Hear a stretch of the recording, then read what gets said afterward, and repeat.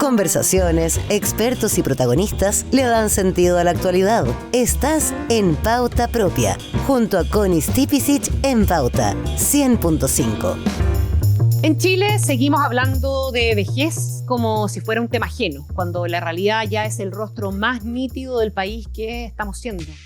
El último censo lo confirma: 18,5 millones de habitantes, un 14% tiene más de 65 años y apenas un 17,7% es menor de 15. Por cada 100 niños ya hay 79 personas mayores. Chile es hoy el país más envejecido de América Latina y además uno de los que envejece más rápido. Detrás de ese dato hay una transición que se aceleró bien en silencio: menos hijos, más años de vida. La proporción de personas de 60 años y más pasó de 9,5% en el año 92 a un 18,1% en el año 2022, y las proyecciones del INE apuntan a que en el 2050 serán cerca de un tercio de la población, 32,1% más exactamente. En estos años, la fecundidad además cayó y el tamaño promedio del hogar bajó a 2,8 personas. Crecen las viviendas unipersonales y los hogares compuestos solo por adultos mayores. Envejecer en Chile cada vez más significa envejecer con menos familia alrededor. El problema es que este país viejo no está pensando, o está pensado más bien para los viejos. La promesa es clara: trabajas toda tu vida y al final el sistema te sostiene, pero la realidad es otra. En 2023 el monto promedio que recibieron las nuevas personas pensionadas rondó los 183.000 pesos, menos del 40% del salario mínimo. La pensión garantizada universal hoy día bordea los 200.000 pesos. En arriendo, contribuciones, cuentas básicas, comida y medicamentos, ese dinero no alcanza. Para eso, o por eso, muchos siguen trabajando pasados los 65 y las familias completan como pueden lo que el sistema previsional no cubre, a pesar de las recientes reformas. El envejecimiento acelerado se da en paralelo a una caída en la disponibilidad de cuidadores. No solamente hay más personas viviendo solas, en torno al 20% de las personas mayores reside en hogares unipersonales, cifra que aumentó frente al año 2022. Hay una parte importante de los cuidadores formales e informales que son a su vez adultos mayores. Más de un tercio tiene entre 60 y 74 años y más de un 11% tiene 75 o más. Y la soledad se vuelve también una especie de segunda enfermedad. Casi la mitad de la población mayor en Chile declara sentirse sola y más de la mitad presenta alto riesgo de aislamiento social.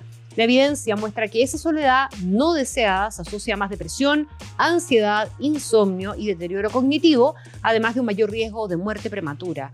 Demográficamente, el país ya cruzó un umbral. Desde el año 2024, la proporción de personas de 60 años y más supera a las menores de 15 y en 2026 va a entrar en la categoría de sociedad muy envejecida.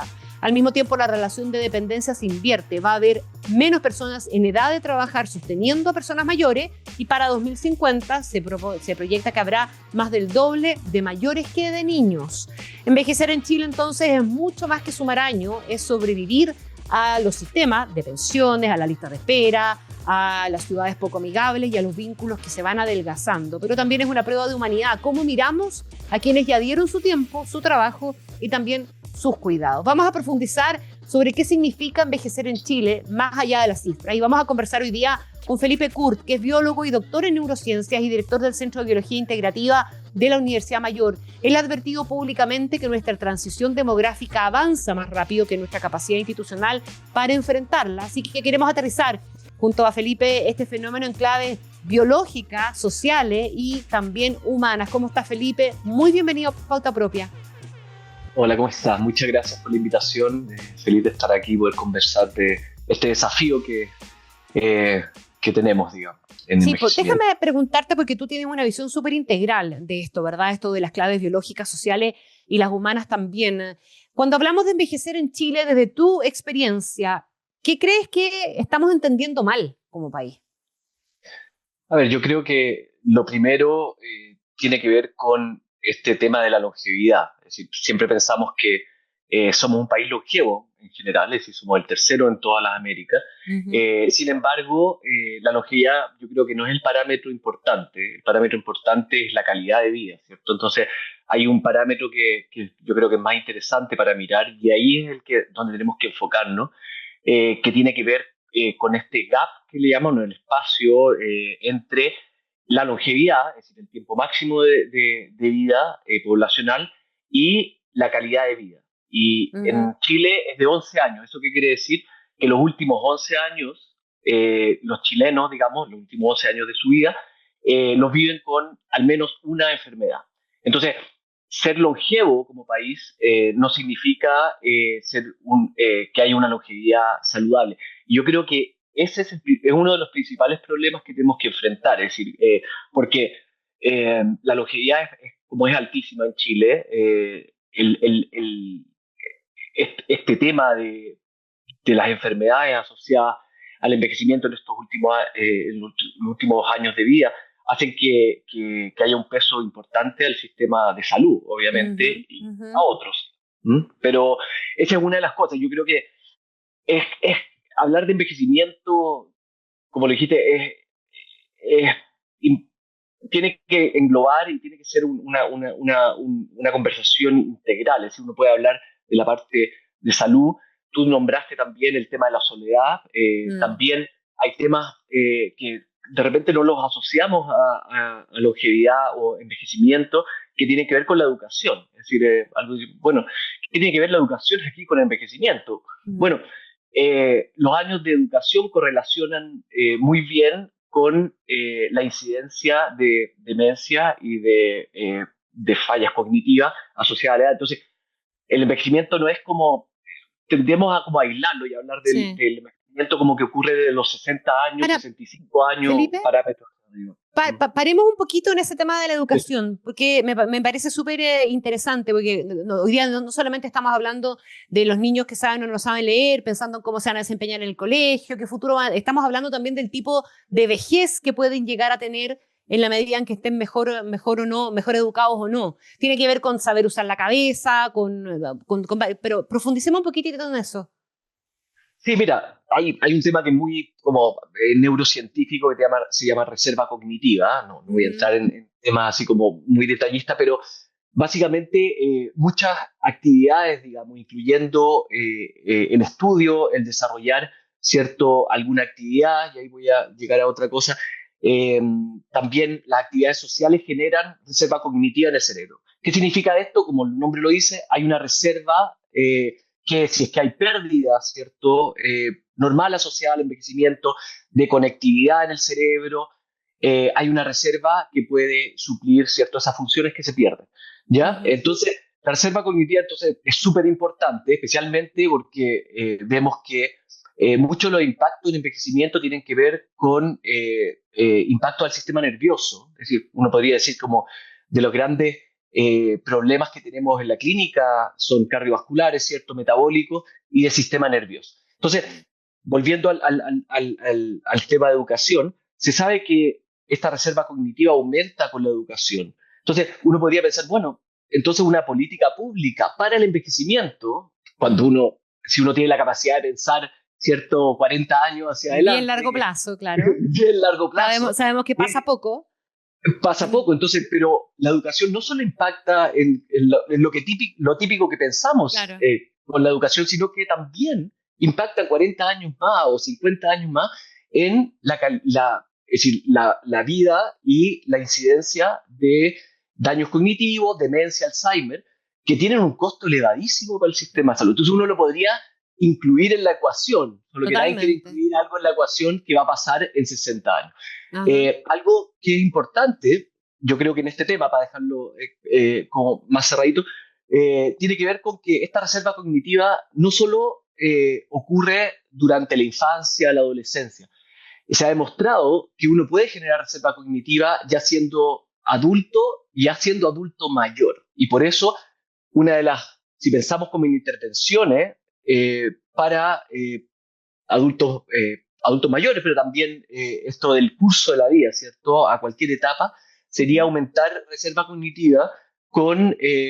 no tiene por qué ser educación formal, pensando como en el colegio o los años que quizás no lograron desarrollar, sino que puede ser otras actividades. Y se ha demostrado con básicamente lectura, es decir, aprender un instrumento. Esos son estudios que se han hecho puntualmente y se han generado ciertas correlaciones. Y también el tema de sociabilizar. Yo creo que ese es un tema que se puede tocar. Y de ahí te quiero llevar al tema de la soledad. Estamos conversando con Felipe Kurt, biólogo, doctor en neurociencia y director del Centro de Biología Integrativa de la Universidad Mayor. Mira, qué tremenda conclusión de política pública. Puede sacar uno de este pedacito de la conversación, ¿verdad? Cuando hablemos de educación, proyectemos eso y pensemos en el tremendo impacto que va a tener en la salud de nuestros viejos más adelante. Pero quedémonos en el tema de la soledad ahora también, porque la soledad no solamente es una cuestión tremendamente amarga y triste, sino que también puede generar efecto neurológico en las personas. Profundicemos un poquitito obviamente, en el drama, pero también en esas consecuencias de esa soledad. Sí, sí, no, definitivamente. Yo creo que el tema de la soledad en el estudio del envejecimiento, longevidad, siempre ha estado presente, pero definitivamente aumentó bastante con el tema de la pandemia, ¿cierto? La pandemia fue como una demostración de qué es lo que ocurría con lo que llamamos mucho experimentos naturales, y cosas que no controlamos nosotros, pero que ocurren en la población, donde podemos ver consecuencias, ¿cierto? Y efectivamente, lo que sabemos y sabíamos es que la soledad impacta muchísimo en la capacidad cognitiva o en el deterioro cognitivo. Es decir, aumenta el deterioro cognitivo. Aumenta el deterioro, claro. Sí, y el deterioro cognitivo es un factor de riesgo para demencia, Alzheimer, que son de los dos grupos de condiciones que tienen más impacto a nivel del sistema nervioso en la población. Y nosotros trabajamos ya hace 10 años en el Centro Nacional de Estudios del Envejecimiento, que se llama GERO, que está financiado por el gobierno. Y ahí trabaja Daniela Tumala, que es psicóloga clínica, y ella ha estado estudiando soledad. Y efectivamente la relación es interesante porque lo que ocurre, veamos el otro lado, digamos, el contacto social o la interacción social, las actividades sociales, lo que genera a nivel del sistema nervioso es reserva cognitiva. ¿Por qué? Porque cuando hay interacción entre dos personas que no está pauteada, digamos, hay una cierta improvisación de los temas, de las conversaciones que hacen que el cerebro esté muy activo, que es distinto a otras actividades. Y eso obviamente tú pensás que en soledad está completamente ausente. Y sabemos que esa generación de reserva cognitiva es muy importante, especialmente en las personas mayores, porque es cuando normalmente se pierde conectividad. Es algo natural, no es patológico, no es una enfermedad. Perdemos conexiones, se pierde capacidad de memoria de ciertos tipos, memoria espacial, de recordar cosas, pero esa la podemos, ¿cierto?, reforzar con diferentes actividades. Hablábamos de estudios, ¿cierto?, pero también de actividades sociales, y la soledad es la contraparte, básicamente es cortar todo ese aumento de reserva cognitiva. Felipe, siempre hay debate, ¿verdad? Y te creo yo, no sé, estoy pensando en familias que a veces debaten de quién tiene que estar al cuidado de los viejos, de si los abuelos eventualmente o los padres también. Son conversaciones que muchas familias tienen. Es mejor que estén solos en su casa, o ellos se quieren quedar en su casa porque no quieren dejar de tener sus cosas, o es mejor que vivan con alguno de los hijos, o es mejor que eventualmente se vayan a algún tipo de hogar, de asilo, porque hoy día hay mucho y la oferta es muy variada y depende mucho también de la capacidad económica que se tenga. Pero ¿cómo ves tú esa conversación que hoy día es una conversación tan frecuente en la familia? Sí, yo creo que lo dijiste, hay muchos factores que impactan eso. El tema es que si uno lo ve como a nivel poblacional, sin ver como grupos particulares que tienen más o menos acceso, ¿cierto? Lo que tenemos en macro es que el cuidado informal es algo que impacta, ¿cierto? No solo a las personas mayores, porque el cuidado informal, el tema es que siempre no es continuo muchas veces, y el impacto no solo a la persona mayor, sino que al cuidador. Los cuidadores informales suelen ser mujeres, ¿ok? Mayores entonces, también. Mayores, ¿ok? O si no, adultas, es decir, personas adultas, digamos, pero mujeres, una gran cantidad. Y el tema cuidador, el problema es económico, básicamente, y la capacidad, okay, del Estado de proveer de cuidadores no es la suficiente porque no están los recursos para eso, especialmente con el tema demográfico del aumento de las personas mayores. Entonces, Es difícil contestar, mira, qué es mejor o peor porque depende mucho de cada familia, de la capacidad como financiera que tengan, del tipo de cuidado que pueden recibir. No hay como, esto es mejor, ¿ok?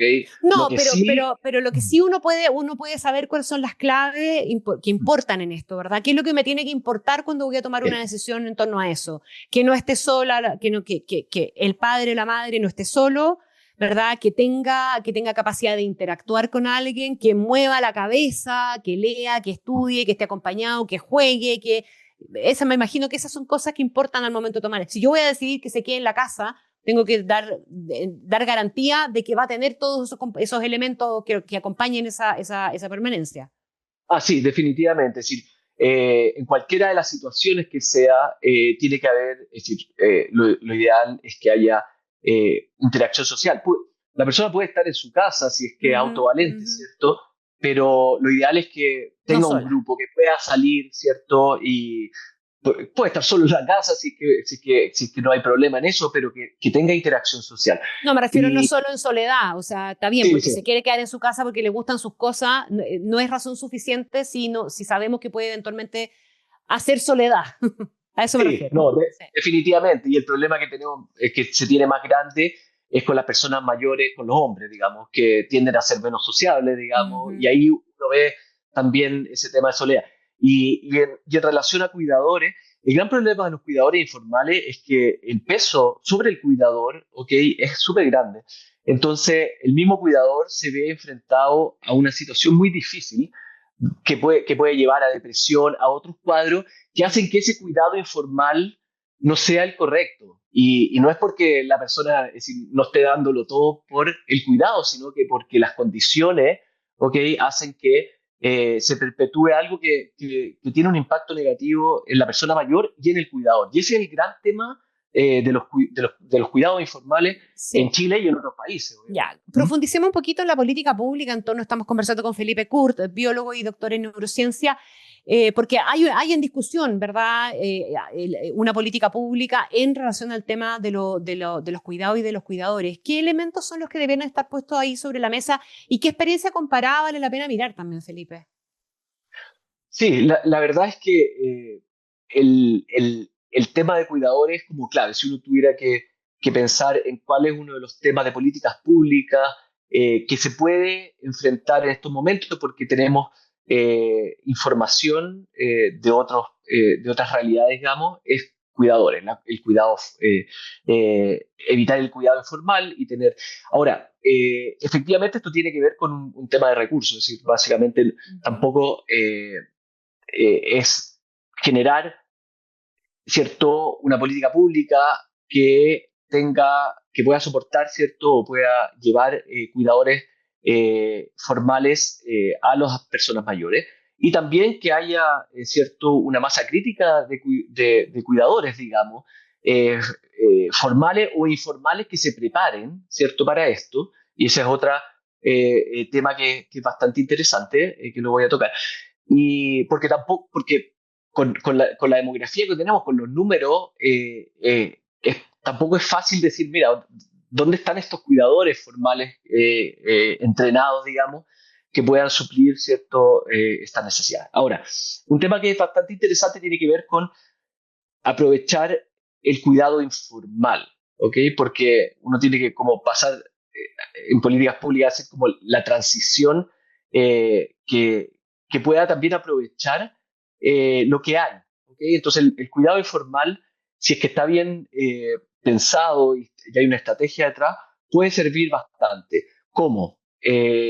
Y estas son experiencias de otros lugares.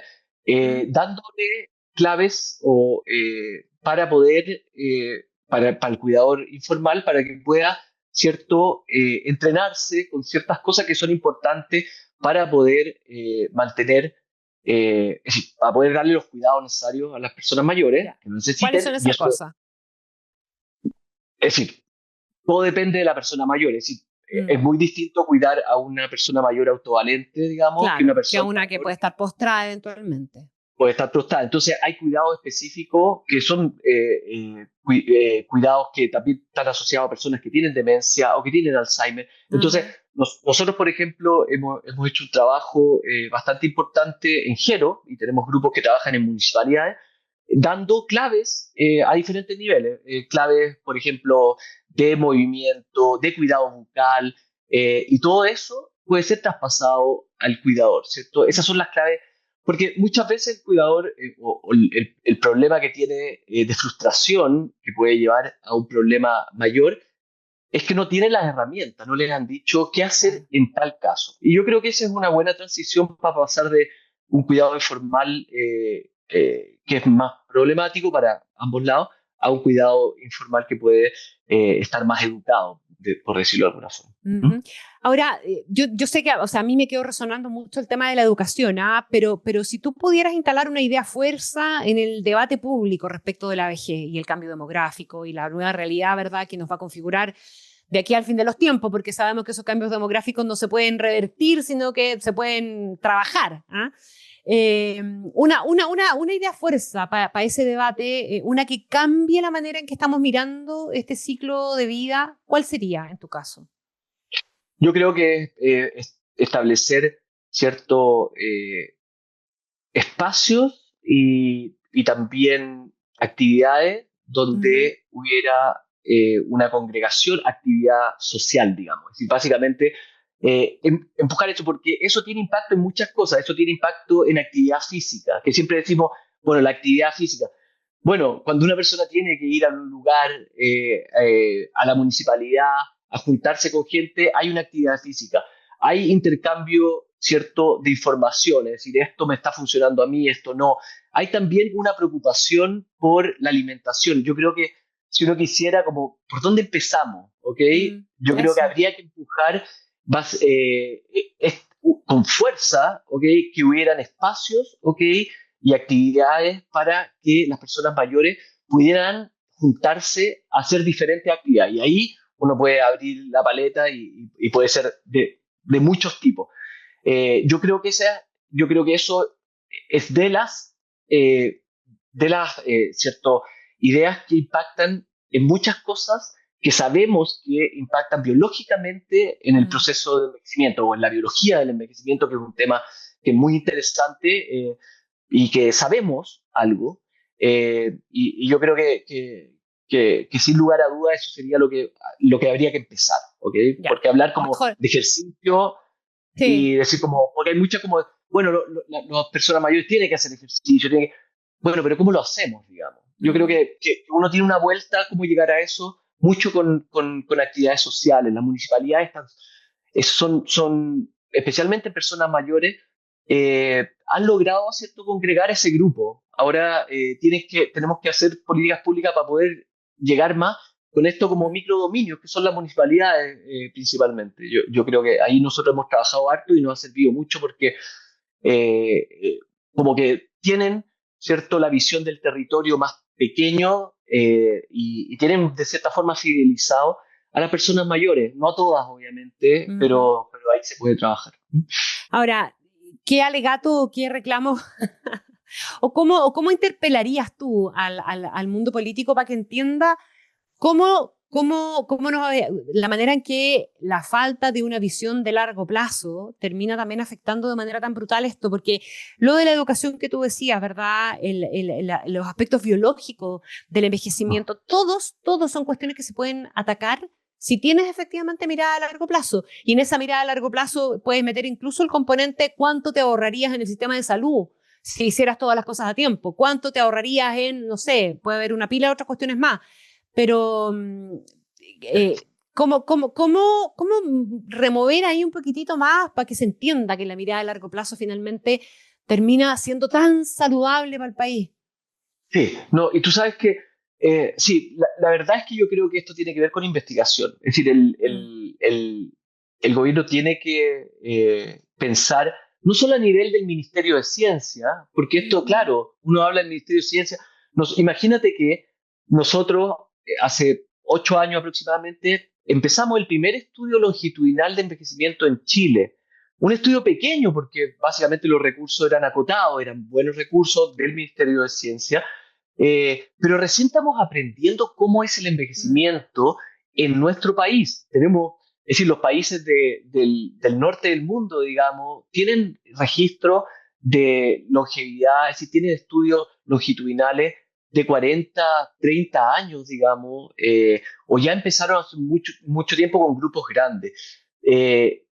Y ahí volviendo, hay que hacer investigación, pero no solo a nivel de la investigación biológica, es decir, estudiar el proceso de envejecimiento biológico o las enfermedades asociadas, sino que tiene que haber también grupos que estén en la parte financiera, económica, digamos, estudiando esto. Yo creo que, como partimos con esto, ¿cierto? Hablando, esto es a largo plazo, es lo que tú dices. Tú sabes que las curvas demográficas es como un transatlántico, moverla es muy difícil, es decir, imposible. Cualquier cosa que pensemos ahora, la vamos a estar pensando para 40, 50 años. Y yo creo que ahí hay una responsabilidad como país de decir, mira, ya, estamos ahora y lo que haya pasado para atrás, que no empezamos antes, pero hay que empezar fuertemente a hacer investigación, porque se necesita hacer investigación en nuestro país. No podemos seguir mirando los datos de UK, por ejemplo, que tiene o Francia o Estados Unidos en envejecimiento, porque realmente las realidades, especialmente el proceso de envejecimiento, son muy distintas. Obviamente hay factores que se repiten, soledad, ¿cierto? Dieta, ejercicio, y ahí podemos aprender. Pero yo creo que tenemos que realmente decir, ya, en este es el momento de financiar investigación, profunda en diferentes áreas, no solo la biológica, la clínica, sino también en economía, también en cómo diseñamos las ciudades. Es decir, es todo en realidad. Tú te pones a ver, es decir, qué es lo que impacta en la persona mayor, es todo, pues si al final eso no... La persona mayor es una etapa de la vida que básicamente que hace todas las cosas que hacemos en otra etapa. Y otra cosa que es importante, que también lo tocamos, es no mirar el envejecimiento desde los 60 a 65 años.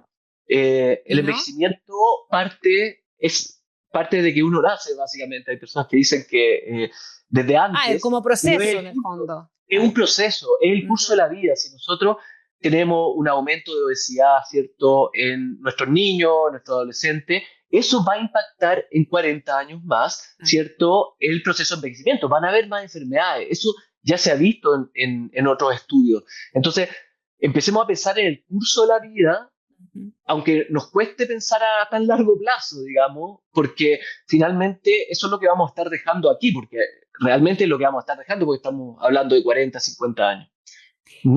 Muy bien, pues Felipe Kurt, biólogo y doctor en neurociencias, director del Centro de Biología Integrativa de la Universidad Mayor. Muchísimas gracias por esta gran conversación. Que estés muy bien. Bueno, un abrazo. Muchas gracias a ti. Un abrazo, que estés bien. Chao, chao.